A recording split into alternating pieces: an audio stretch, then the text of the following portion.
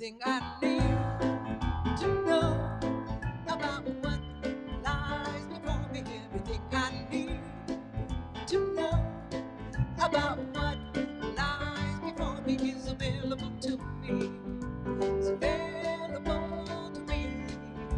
The mind of God within me. Everything I need to do about what lies before me. Everything I need to do about what lies before me is available to me. It's available to me. The mind of God within me. Everything I need to be wise about what lies before me. Everything I need to be wise about what lies before me is available to me. It's available to me.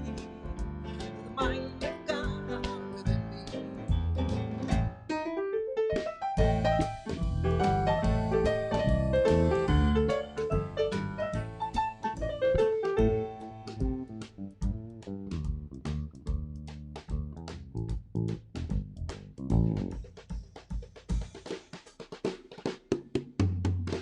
Everything I need to do about what lies before me. Everything I need to be wise about what lies before me is available to me. It's available to me. To the mind of God within me. To the mind of God within me. To the mind of God as we.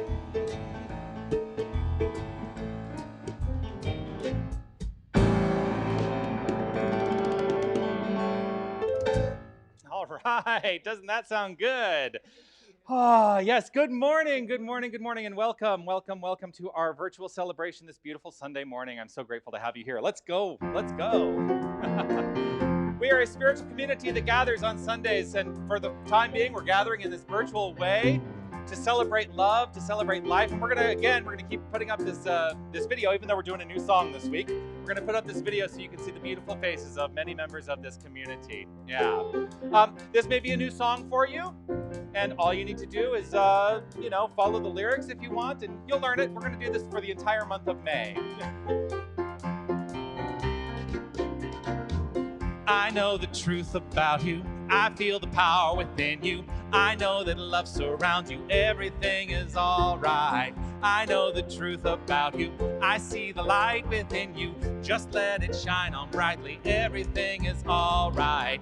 I see you dripping with abundance and ease. I see you enjoying the life you please. Playful at work and creative at play. I see you in gratitude for every day. And I say, I know the truth about you. I feel the power within you. I know that love surrounds you. Everything is all right. I know the truth about you. I see the light within you. Just let it shine on brightly. Everything is all right. I know the dreams of your heart want to fly. It's time to spread your wings and give it a try. The more you give, you know, the more you receive. Your good can only grow the more you believe. Come on now, I know the truth about you. I feel the power within you. I know that love surrounds you. Everything is all right. I know the truth about you. I feel the light within you. Just let it shine on brightly. Everything is all right. It's all right. It's all right. It's all right. Your biggest self can't be denied. You got no place to hide because I know the truth about you. I feel the power within you. I know that love surrounds you. Everything is all right. I know the truth about you. I see the light within you. Just let it shine on brightly. Everything is all right. I know the truth about you. I feel the power within you. I know that love surrounds you. Everything is all right. I know the truth about you. I see the light within you. Just let it shine on brightly. Everything is all right. Woo! Yes, yes, indeed. So I had this moment before we started today. I went to the people who were in the room and I said, I think we've all been treating this like a television studio and you've been very attentive and very quiet when we've been doing this. I said, you don't need to be quiet. You can react and let people know that they can react too, right? So we are here and we are here. Let's just take a moment and recognize we are here. Yeah. We are present in this moment. We are present in this moment of light and love. And we gather together as a spiritual community to celebrate the one thing that is going on, and that is that at the core of our beingness, at the core of our physicality is a creative energy that is flowing forth, and it is magnificent, and it is ever present, it is infinite, it is love. And that's what we're here to celebrate, that we are here expressing as love. We teach practical tools for a better life. That is part of my mission in ministry, is to teach practical tools for a better life. That as we teach these practical tools and as we put them into play in our own lives, we actually create better lives for ourselves. That's the whole purpose and point of spiritual practice, is to make life better. It is my belief that we can precipitate our own spiritual evolution. And we are consistently evolving no matter what. But we can precipitate that. Let's begin with understanding the words of our mission. And as I say, I've been saying the last couple of weeks, as we read these together, the words will come up on the screen. As we read these together, allow yourself to see how they feel for you. Let's not just read them by rote. Let's really see how they affect us in a feeling space. So here we go. Within the principles of unity, we are a ministry of love, inspiration, learning, wholeness, acceptance, and joy that empowers all people to embrace their divine nature. How does that feel? It does feel fabulous. Yes, it does. Yeah. So the mission is the practical way that we engage a vision. And I believe personal transformation, personal spiritual evolution is possible, it is probable, and our work is to awaken to that magnificence within. And part of that is to deepen into my understanding that everything that I do, everything I have to offer, is in service to this goal. And the tenets of my vision of ministry are simple, and as I say, they are as easy as we decide for them to be. And they are: love only, forgive everything, remember who you are. And in remembering who we are, as we take that time to engage in the practice of remembering who we are, here's what I know. I know a truth about you. We sang, I know the truth about you, but I know this truth about you. And it is very simple. But when I see the beautiful faces of everyone in this community, here's what I know. You are magnificent. So I'd love for you to take a moment and reach out to the other people who are watching the video with you if you're able to participate in the chat function of the video. Now, we send this video right now to 4 different places. So there's 2 channels on YouTube that it goes to, 2 channels on Facebook that it goes to. And here's what I'm going to encourage. If you've been going to the same channel every week, maybe try a different channel, because there may be different people there that you can engage with, and let those people know their magnificence in your own unique, individualized way. And I will say good morning to Linda and Adam and Raphael and say thank you for being here. And I know that you are magnificent. And Laura, you are magnificent. Yes, you are. And everyone, you are all magnificent. See how this all works? Looking out and seeing the magnificence of every single person here. And so as we take a few moments for that to unfold, as you reach out to the people who are watching with you, I'm going to take a moment to breathe, and when it's comfortable and you're ready, you can join me in this time of breathing, this time of quiet, this time of meditation, centering, whatever you choose to call it. Settling into this here and now moment and providing a new affirmation for the month, this month of May. And I like to take the affirmation and make it a monthly practice. So as I move through my month, I can remind myself of this affirmation and see how it affects the experience of my life. So the affirmation is going to come up on your screen, but you can also hear me say it. I'm just going to say the affirmation and take it in to this time and use it as a mantra to settle your mind into the truth of these words. And the affirmation is this: I listen to the inner voice of divinity, and I am always guided in perfection.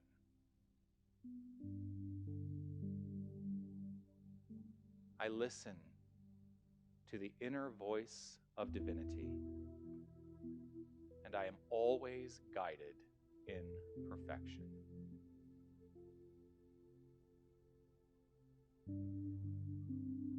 So if you haven't already and you'd like to, if it's safe and comfortable, close your eyes. Allow your focus to fall to the breath, recognizing that the breath is simply happening. There's nothing that we need to do to make it happen. While we can take it into our control, it is not necessary. We can simply reflect on the breath flowing in and out.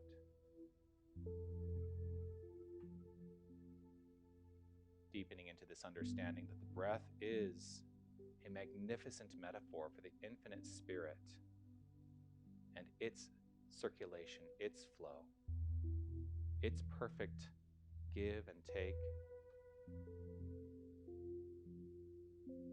And with the breath, I listen to the inner voice of divinity, and I am always guided in perfection. I listen to the inner voice of divinity, and I am always guided in perfection. Let yourself settle into that for just a few moments.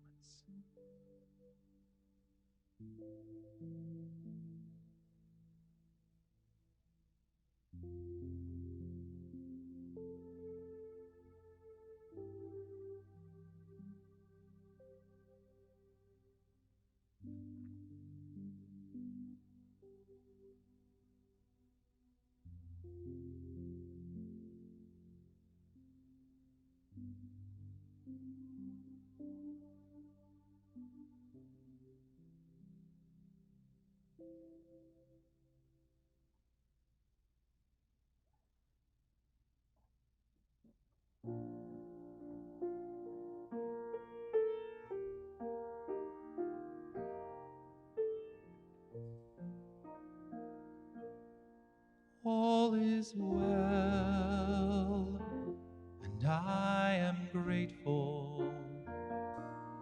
All is well, and now it's time to let it go.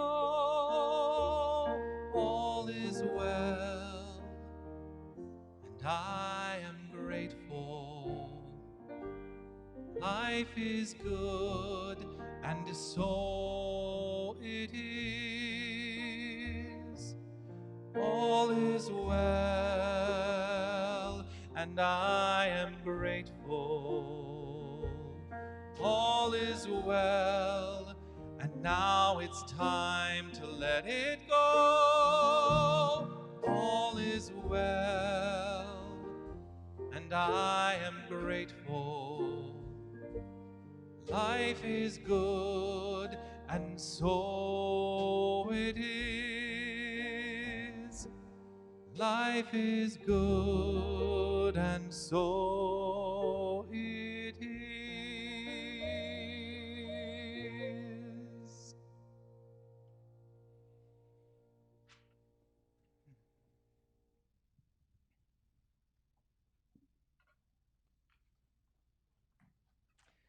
Thank you. It's time to light the flames of faith. I'm going to invite Laura to join me to engage in this this ceremonial ritual we do every week to honor the faith traditions, the religious ideologies, the spiritual practices worldwide, with this understanding that each and every practice, every tradition, it's all rooted in the one thing, the source. Everything is rooted in and as God. It is love flowing forth. And so that is what we are honoring as we light each of these candles. And so we light a candle for the Tao, honoring the universal path of harmony and equilibrium, the natural way. We light a candle for the shamanic traditions, honoring the beliefs and practices of all indigenous peoples, the way of primal spirituality. We light a candle for Hinduism, honoring the path of knowledge, action, and devotion. We light a candle for Judaism, honoring the ethical path of living by sacred law. We light a candle for all forms of Islam. No, of my clicker's not working. I'm just going to go with it. Let's see here. So we've done the Tao, we've done shamanic Judaism. There we go. We light a candle for all forms of Buddhism. This is the Buddhism candle, honoring the Four Noble Truths and the path of compassion. We light a candle for all forms of Christianity, honoring the Christ consciousness as the path of love. We light a candle for all forms of Islam, honoring the path of submission to the divine will of love as the highest calling. We light a candle for the universalistic religion of Baha'i, honoring the path of unity and peace. We light a candle for all forms of new thought, honoring the metaphysical path of mental healing through the practice of universal spiritual principles. We light a candle for all those who are as yet unaware of the power and presence of spirit in their lives, and for the space that we are holding for them and for all faith traditions unnamed in this ceremony. We light a candle to represent the healing of any circumstance that requires divinity to be revealed. This last candle represents that understanding that healing is the revelation of the divine, of the God essence, the love at the core of all creation. And so this is your candle for whatever is in your mind and in your heart that requires the light.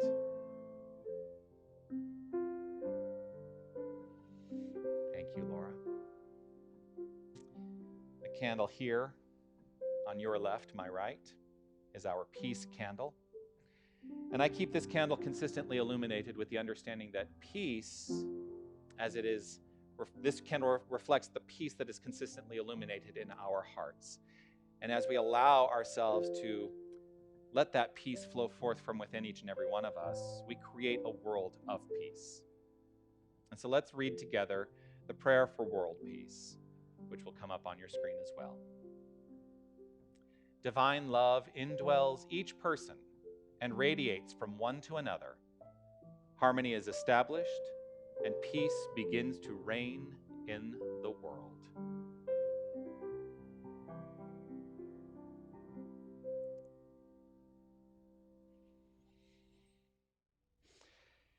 The special song today, I always call it the special song, the featured song today. I don't know, should it? Well, it is a special song. Yeah, it is a special song. The featured song today, the special song today, is a song that I first heard when I was in musical theater school. And gosh, that was a long time ago. I won't tell you how many decades. But it was sung by this woman, a student friend of mine in a class, and I just fell in love with the song at that point. I thought, oh, I'll never be able to perform this because it's a Liza Minnelli song from Flora the Red Menace. But I'm so grateful that I've gone into ministry because this song really speaks to what I wanted to let this entire month be about. And so it felt appropriate, and so I get to sing it. How great is that?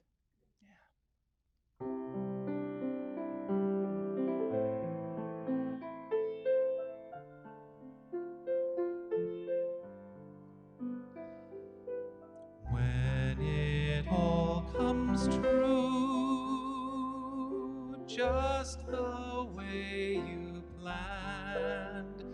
It's funny, but the bells don't ring. It's a quiet thing when you hold the world in your trembling hand. You think you'd hear a choir sing. It's a quiet thing. There are no exploding fireworks.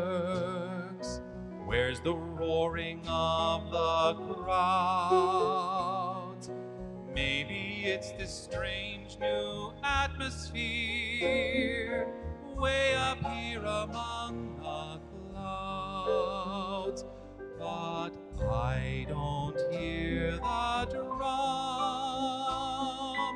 I don't hear the band. The sounds I'm told such moments bring. Happiness comes in on tiptoe. Well, what do you know? It's a quiet thing, a very quiet thing.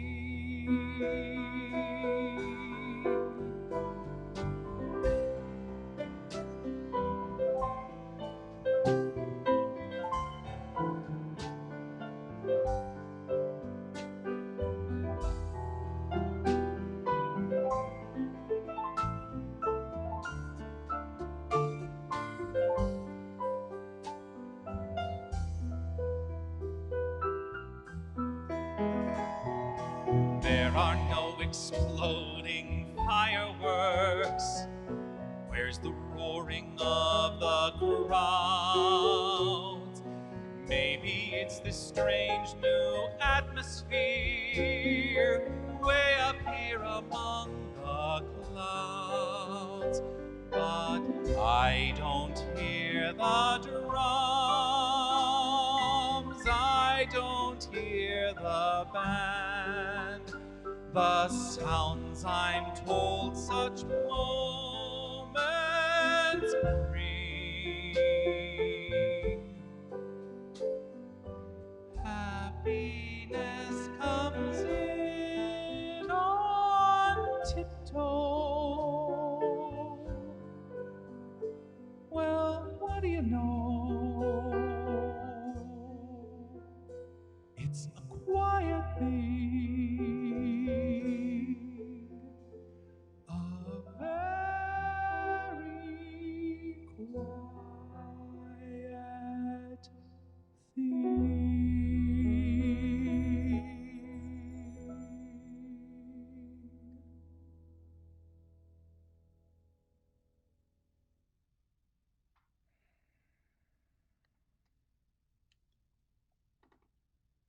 Thank you.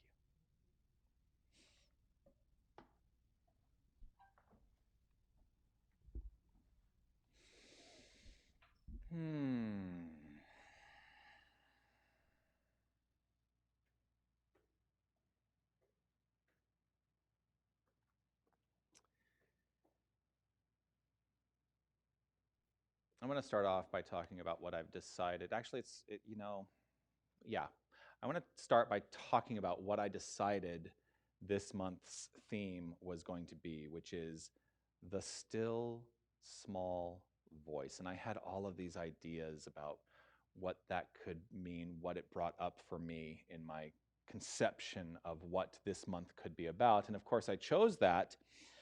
I chose a lot of these themes back in January, but actually back in December when I was starting to put the year together for what my messages in ministry were going to be. Now, much to the chagrin of many centers and churches that I've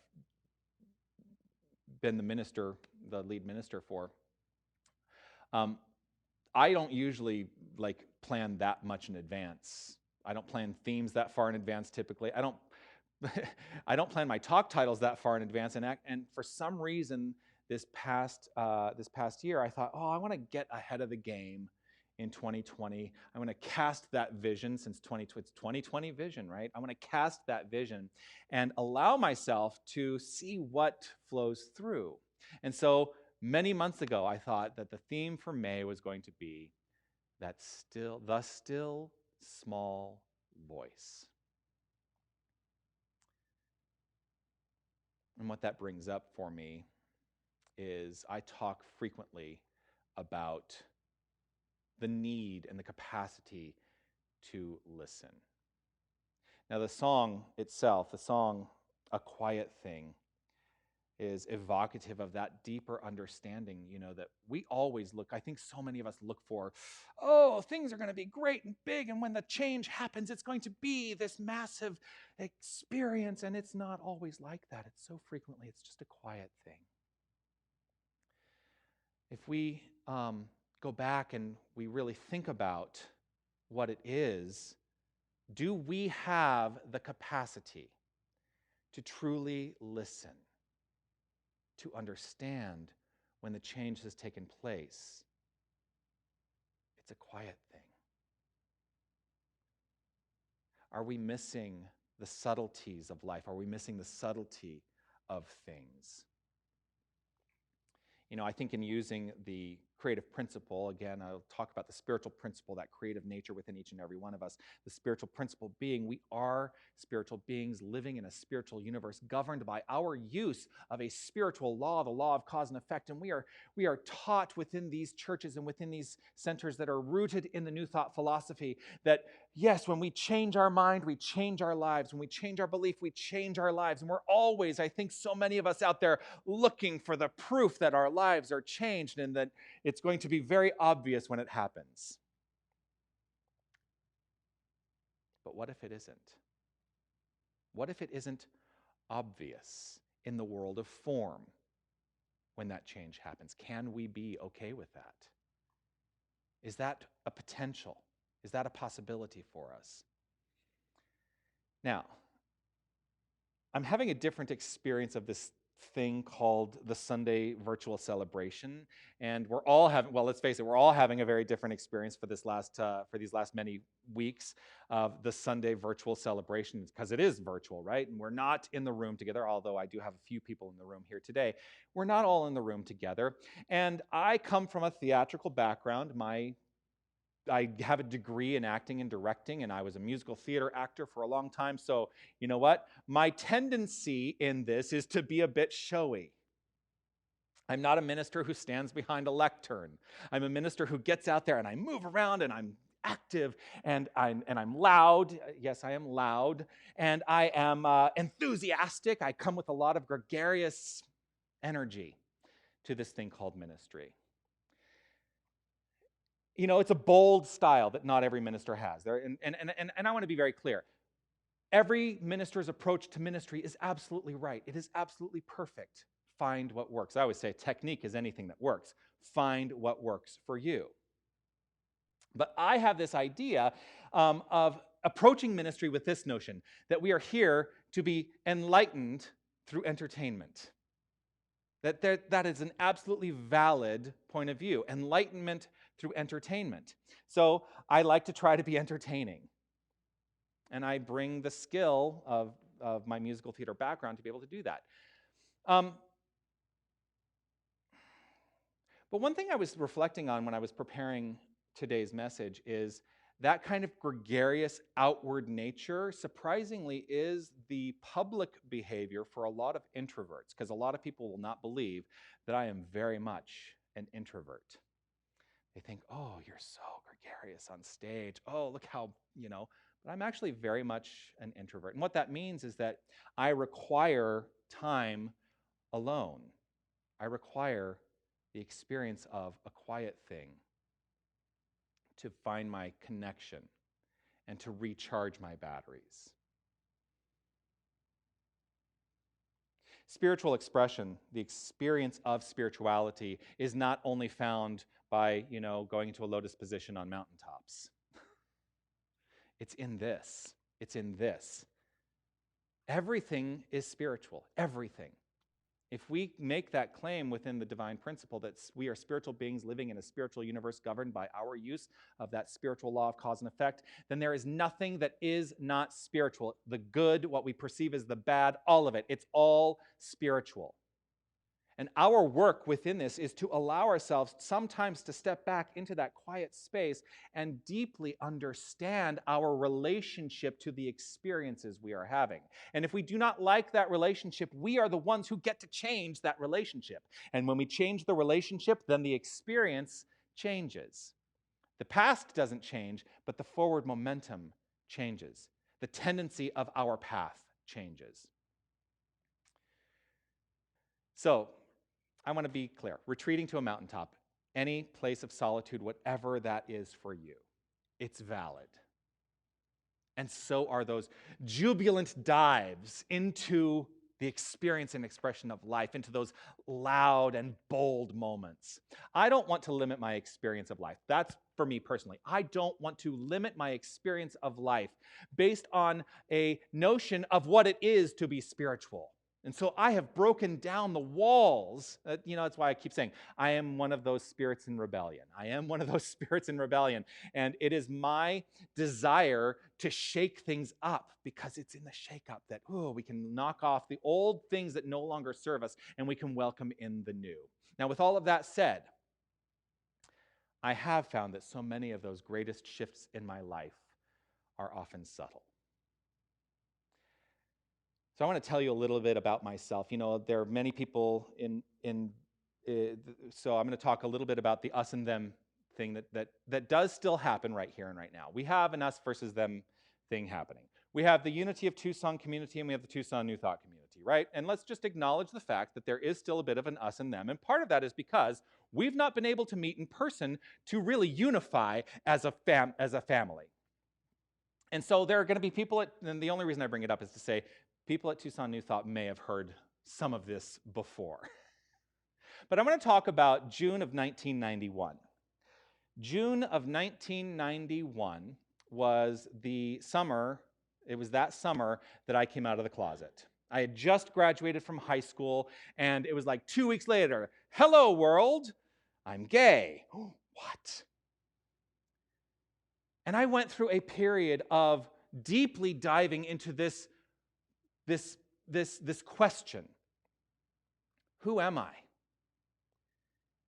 And I went through quite a journey. Now, this is the part I will tell you. Everyone at Unity of Tucson and Tucson New Thought is probably hearing this for the first time. And it's all good. Because, the funny thing is I'm having this experience right in front of you now, because I'm like, to what degree am I holding on to any experience of embarrassment about this? I don't need to be embarrassed about this. No. So one of the things that I did when I first came out of the closet, I was 18 years old, June of 1991, is I had this notion of what it meant to be gay. And part of that notion was, my perception is that gay guys do drag. So I actually decided that I was going to try out drag. And I came up with this entire persona of myself in drag. And I'm not showing anybody any pictures. I just want to be very clear. Those pictures have all gone by the wayside.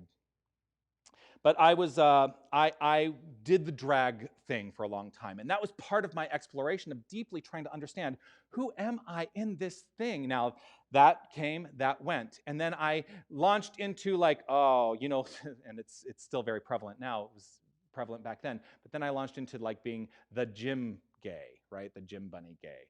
All the while, I'm looking at all of these stereotypes that I have seen in culture around what it means to be gay and how you are supposed to be gay.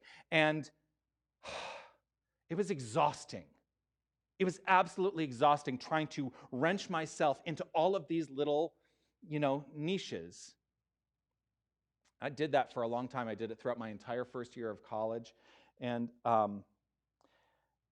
the summer of 92,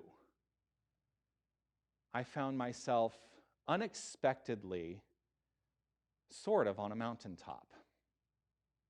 I found myself in a place where I could go into a deeper discovery of myself, and I learned so much. So that summer of 92, after I'd gone through this whole year of trying to figure out where I fit in all these places, that summer of 92, I took a trip, and I was living in southwestern Colorado, right outside of Cortez, Colorado. And I was living on an archaeological dig. I was there with another person who had arranged for his organization to live on site at this dig site with another archaeological company. And he served essentially as the security for the site for the summer while they would dig. Now, I was able to engage and go be one of the security people on this site. So I literally lived in a tent for about 3.5 months out in the wilds of southwestern Colorado. The site was at the head of a canyon called Sand Canyon, and there were Anasazi ruins there that were being dug. So we lived on site full time, and the archaeologists would drive in, and they would go and they would do their digging, and then they would drive out every day. But we lived there full time. It was a magnificent, magnificent experience. At that time, I was an avid journaler. And so I have journals from that entire summer. And I would go and I would write every single day, sometimes multiple times a day. I was an avid journaler then, much more so than now, because I think what's happened is social media has become a journal of sorts, because I kind of put my thoughts out in that sort of public way, and I don't keep written journals as much anymore. But it does, having gone back and reviewed this journal, it makes me think I would like to get back into that practice. So I recently went back and looked at the journal from that period of my life. And the guy I was there with, his name was Roger. The guy I was there with, this is what I wrote about it. I said, we discussed identity and the role of identity in society, and how that is the way we reflect who we are. So I was very clearly going through this identity issue still. And I'm so grateful for my friend Roger, because he really guided me to a deeper understanding. I wrote this as well. It is important to know that we mustn't be tied down to an identity. If we are tied to an identity, it only limits our constantly changing self. I didn't know it back then, but I was a minister back then. It would not be until many years later that I landed in this role. I realized that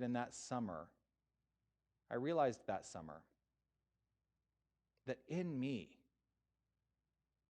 the core of who I am was the soul of the whole.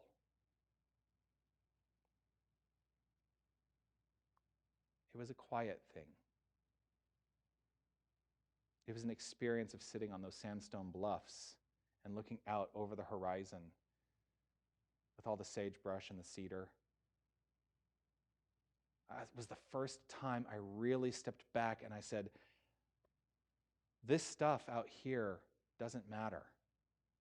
What matters is deeply recognizing this. Who I was did not have to be defined by anything outside the self. Who I was, how I choose to express myself. What I discovered is that it was all valid and good. So all the journey that I went through to get there, the drag, the gym, the this, the that, the other, the niches that I was trying to find myself an identity within, that was all good, because it led me to that moment of saying, irrespective of all the stuff out there, I am the soul of the whole right here.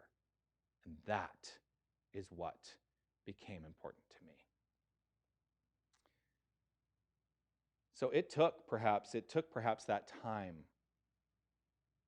to be with that still, small voice. It was a quiet thing. There were no exploding fireworks. that change, that deepest understanding came in on tiptoe. And it took another 14 years. It was 14 years, if I do the math, 92 to 2006, 14 years to be concretized in my life, because that's when I found myself in a New Thought church, and it was like, whew, this is what I've always believed. And that's when the light came on in many ways to what the next step of my experience of life would be. And within that, from that time of 92 to 2006, there were lots of hard lessons that I learned in that time. I finished university, and then I went to New York and had a really hard time living in New York, and then I went to LA, and LA was quite successful. Professionally, I had a lot of success in these places, but personally, I had a lot of struggle. When I got to LA, that's when I discovered the New Thought philosophy, and it was like that breath of fresh air. But I want to tell you about another part of, I don't know why I'm doing this. Actually, I know why I'm doing this. I want to tell you another part about that journal that I wrote.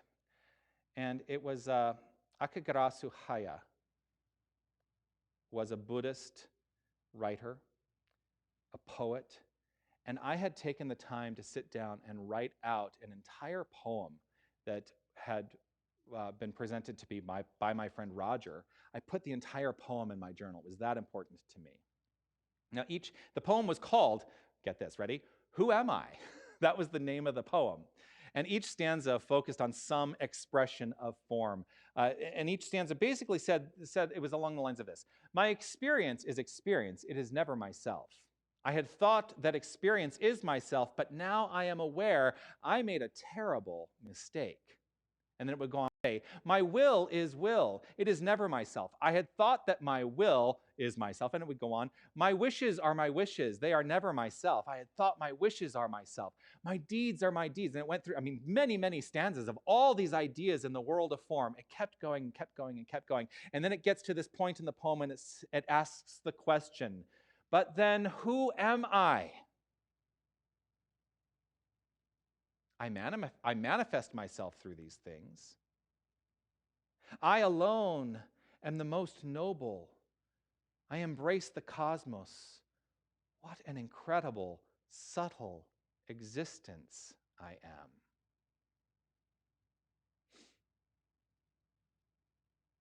So moved by this poem, and it was so reflective of what was really going on for me. And then here's the irony.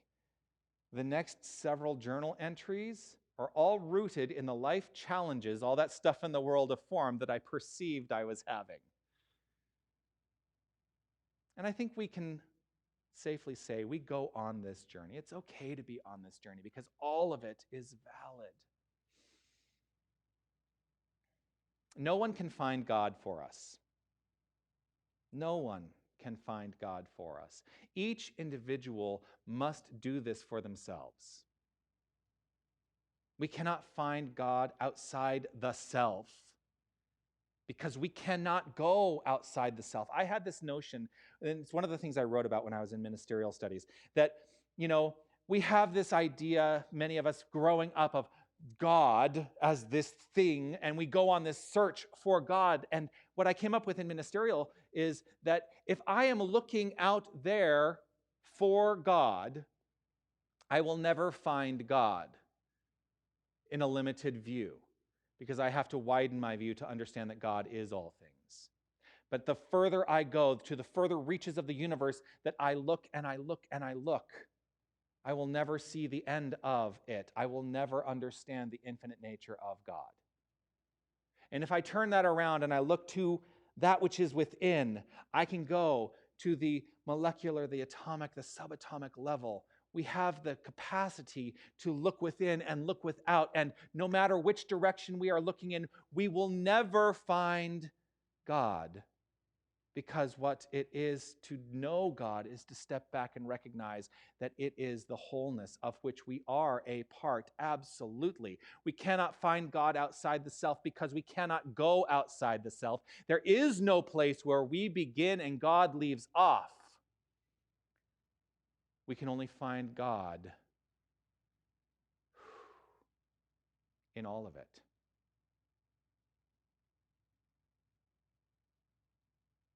Now, I have come here to this plane of action, and I have taken into my heart the notion that it is important that part of my work in ministry is to be able to step up and let people know that they can stand and claim, I am God. Each and every one of us should claim, I am God. It's not to exclude anyone else, because here's what I understand that to mean. It is the great equalizer that when I stand up and I say, I am God, that when I see the faces of every single person around me, I know the truth of each and every one of them, that we are all part of this infinite divine flow. And boy, when we come into that place of cooperation and flow, life is going to get better. The only thing that is mucking it all up right now for me is competition, the notion that competition has to be a thing. It's part of our culture right now. But I hold firm in the truth that cooperation will change this world. So I want to ask, and this is a rhetorical question. It's a lot easier for it to be a rhetorical question when it's virtual, because you're not in the room to yell answers back at me. Of course, Patty's over there. She might yell an answer back at me. But I want to ask, what does it really mean? What does it really mean to you? What is the feeling that comes up for you when you step up and make the exclamation, I am God? What does that bring up for you? Here's another question. Are you at the point in your experience of life where you can stand up and say, I am God? Are you able to do that? Yes, that's good for many. Even in New Thought philosophy, the notion of God outside the self brings comfort. So they're not ready to go to that place of saying, I am God, because it helps to say, I am nurtured by this thing outside the self. When we perceive it as nurturing, the receptive, that this nurturing thing is receptive to our desires and requirements. When we perceive that thing out there as being holding us, right? When we understand that, it is sometimes okay to understand and step back and say, I am nurtured by God. I talk to God when it suits my needs. But I am also rooted in the notion that talking to God is a degree of talking as God. And that is the root of my consciousness. When I speak to, I am speaking as, because if I truly embrace the notion that there is no separation, that I am the soul of the whole, then how can I ever speak anything other than as God? And it took time to get there, because I'll tell you, even that kid, that how old was I in 2000? I was that 19-year-old kid on that journey in southwestern Colorado was not there yet. There was still a perception that God was something out there and that I was somehow separate from it. It took time to get there. For many of us, it takes time. And it takes many queries into that question, who am I? So I ask, who are you? Are you rooted in the notion of being an intelligent life principle, which is what God is? God is not a being. God is the beingness of experience of life. It is the intelligent life principle, which is the core of everything. That intelligent life principle, the core, the nature of God's Spirit. It is who and what we are. Intelligent meaning having the ability to acquire and apply knowledge. Very important that we understand that to be intelligent means that we are going to apply knowledge. Intelligent life, the inner something that animates all things. That's what life is. The inner something that animates all things, that life energy, that flow. It is who and what we are. The intelligent life principle, a truth which is unchangeable is what a principle is. A truth which is unchangeable.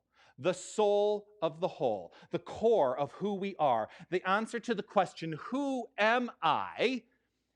Based on that idea, the intelligent life principle and those definitions, here's what I've come up with.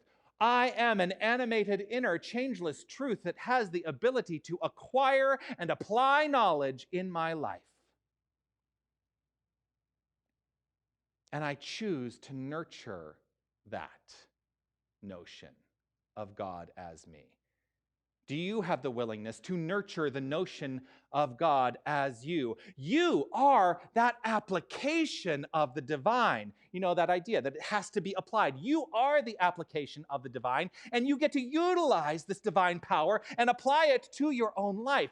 Everything about you is God energy, the application of love and light. It is your natural state of being, found in both the subtle and bold ways that you experience and express life. Celebrate this good. Celebrate this good. Make the decision right here in this moment. I am choosing to be right in front of you, to make this decision right in this moment. And in this moment.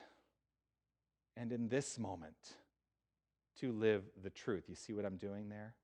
Because every moment is just that moment, and it's then past. So every moment is an opportunity to choose to live the truth. Happiness comes in on tiptoe, the song says. Well, what do you know? It's a quiet thing.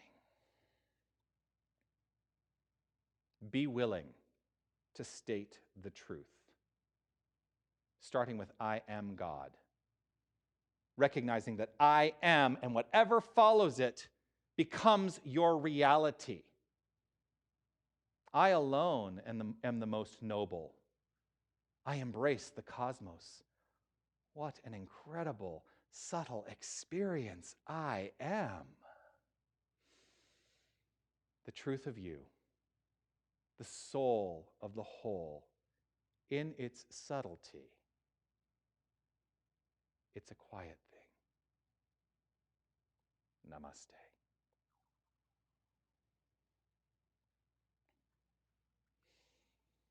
As the band returns to the stage, I'm going to invite you to relax. See, I get very gregarious.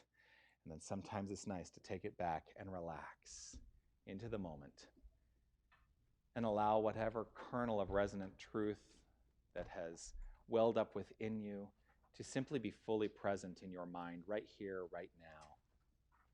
Let yourself settle into the knowledge, settle into the notion of the good. Taking in a breath.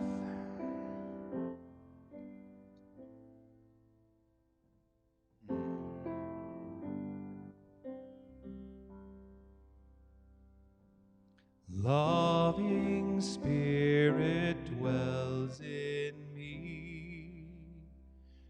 This is my divinity.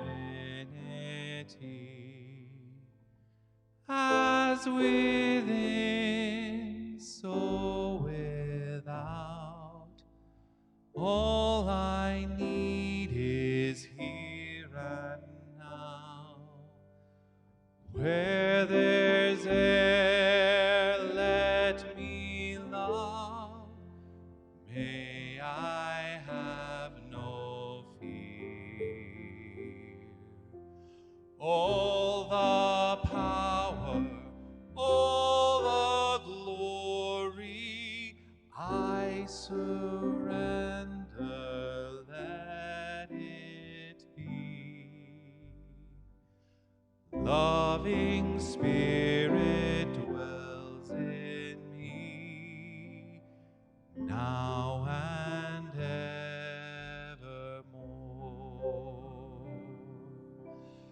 Loving Spirit dwells in me. This is my divinity. As within, so without.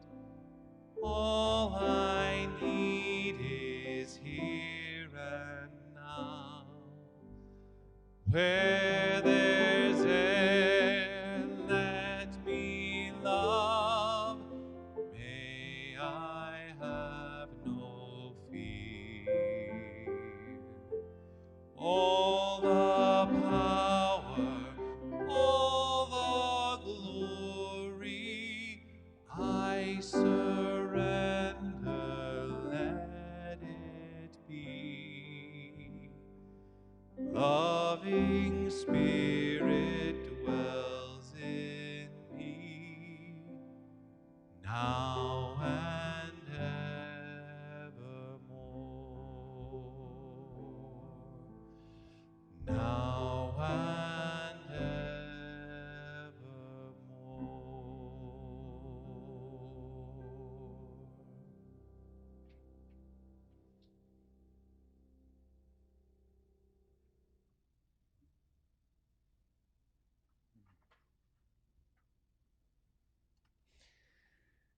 This is the time in our gathering when we give.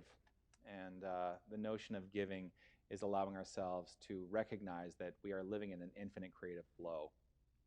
And so as we take out, as we engage in this act of offering, as we engage in this act of giving, and there are many ways you can do it. You can go online, go to unitytucson.com and click on the PayPal link there to make a donation. You can phone in your card, your debit or credit card, into the office during regular office hours, Monday through Thursday. You can send in a check. There are many ways of giving. We try to make it as easy as possible. But what I really want us to root ourselves in is this understanding that why we give is because we are deeply understanding that money is God in action, and that as we put that action into play, as we keep it circulating, as we keep the flow, we benefit ourselves, we benefit this church, we benefit this world, and it always comes back to us, because as we give, it's got to come back and be in that flow. It's why money is called currency. It's in a current of giving and flowing. So I give because I want to ensure that we are here. Giving and receiving are the same thing, and money being God in action. That's the truth. And so as you do that, we're going to sing a new song today. And for those of you who know this, oh, wait, we have to do the givingness reading, right? I forgot about that. It's going to come up on your screen now. And let's read this together. Divine love as me blesses and multiplies all that I am, all that I have, all that I give, and all that I receive. I joyously contribute to my spiritual center, knowing that it goes forth to heal, prosper, and bless, and returns to me multiplied abundantly. I thankfully acknowledge God as my source. So a new song today. Here we go. And if you know this song, get up and dance. Gratitude before me, gratitude behind me, gratitude to the left of me, gratitude to the right of me, gratitude above me, gratitude below me, gratitude within me, gratitude all around me.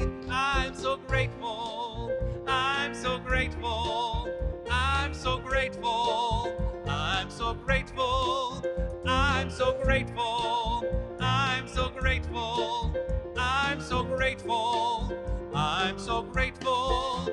Gratitude before me, gratitude behind me, gratitude to the left of me, gratitude to the right of me, gratitude above me, gratitude below me, gratitude within me, gratitude all around me. I'm so grateful, I'm so grateful, I'm so grateful, I'm so grateful, I'm so grateful, I'm so grateful, I'm so grateful, I'm so grateful, I'm so grateful.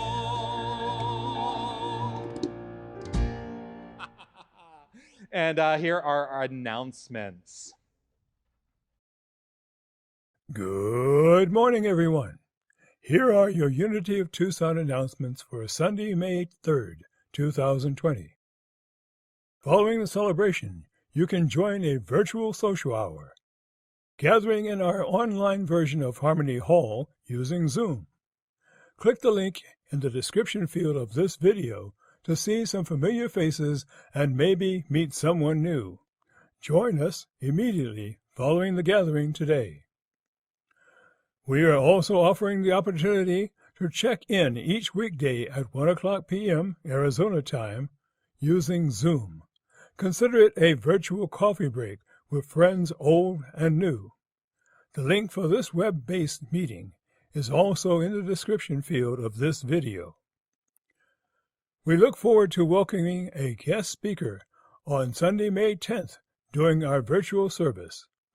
Lisa Aldman Baldwin will be offering her inspirational message, Awaken and Honor the Divine Feminine and Masculine in You. Join Reverend Jonathan and your community virtually for a magnificent message on Mother's Day, May 10th. Following the Sunday gathering on Sunday, May 10th, Lisa Aldman Baldwin will also be virtually offering her workshop, It's Never Too Late to Rewrite Our Childhood Stories. Registration is now open at unitytucson.com. Give yourself the gift of self-discovery by participating in this special workshop. It's almost time for Bears in the Chairs, our annual event to collect new and unwrapped stuffed animals which we donate as a community to Aviva, an agency supporting youth as they transition into foster care. While our activities continue virtually, you can drop off a stuffed animal during regular office hours beginning Monday, May 11th. We will continue to collect stuffed animals until the end of July. As always, don't forget to join us online for midweek spiritual practice, streaming on YouTube and Facebook. Get your midweek pick-me-up and a reminder of your inner truth every Wednesday at 6 o'clock p.m. Arizona time. Are you in need of prayer? Requests are being taken by sending an email to prayer@unitytucson.com. Don't forget that the activity of requesting what you need is the first step toward healing. The links for all of our virtual offerings can be found on unitytucson.com. Keep an eye out on Facebook and subscribe to YouTube to keep up with everything that's going on. Thank you for being here and sharing your magnificence with us. Thank you, Darwin. As we complete our time here, I would like to, I want to give gratitude. We're not quite done. I want to give gratitude to everyone who made today happen. I want to say thank you to Karen for helping out on, there was a whole technical thing that happened here, and she's helped out to make sure that my slides come up and that I'm able to read my notes. So thank you, Karen, for that. I want to say thank you to Wally for doing our sound mix today and helping us make sure that we are able to be heard and seen beautifully. I want to say thank you, of course, to Laura for your consciousness, your awareness, your presence, your prayers, and for helping light the candles. Thank you for that. I want to say thank you to Linda and the band. Thank you so much. Grateful. Like I say, I'm going to keep saying it every week. It is so much fun to play with you, and I'm having a great time. So thank you for that. And thank you for being here, being present, and allowing yourself to engage in this experience. I know that it's an odd time, and we're going to be virtual for who knows how much longer, but I do hold the faith that we will be meeting in person very soon. So let's all keep that faith together. As we complete our time here, I invite you to share with me the prayer for protection. The light of God surrounds me. I am that light. The love of God enfolds me. I am that love. The power of God protects me. I am that power. The presence of God watches over me. I am that presence. Wherever I am, God is. Wherever God is, I am. And so it is. Amen.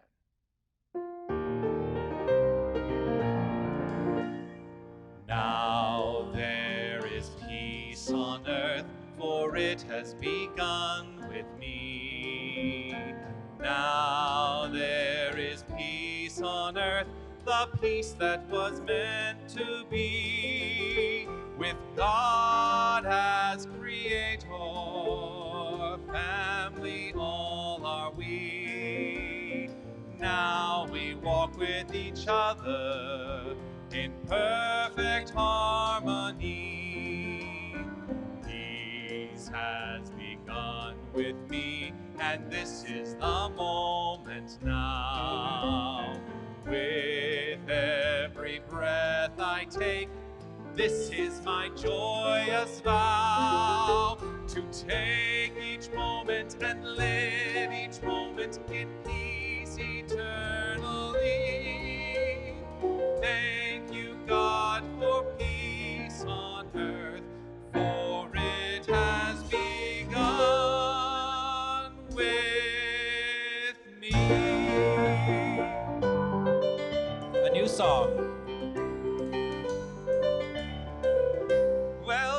an idea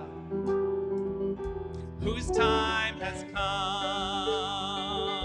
A new generation decides as one. Of the same small planet we are born. It's never been so obvious before. We breathe the same air, drink the same water, walk the same earth, kiss the same sky. We breathe the same air, and I think we ought to get along better, you and I. The future of history is crystal clear. The borders between us will disappear. Of the same small planet we are born, and there's no foreign country anymore. We breathe the same air, drink the same water, walk the same earth, kiss the same sky. We breathe the same air. I think we ought to get along better, you and I. We breathe the same air, drink the same water, walk the same earth, kiss the same sky. We breathe the same air. I think we ought to get along better, you and I. Breathe the same air. We breathe the same air. Make it a magnificent week, everyone. Namaste.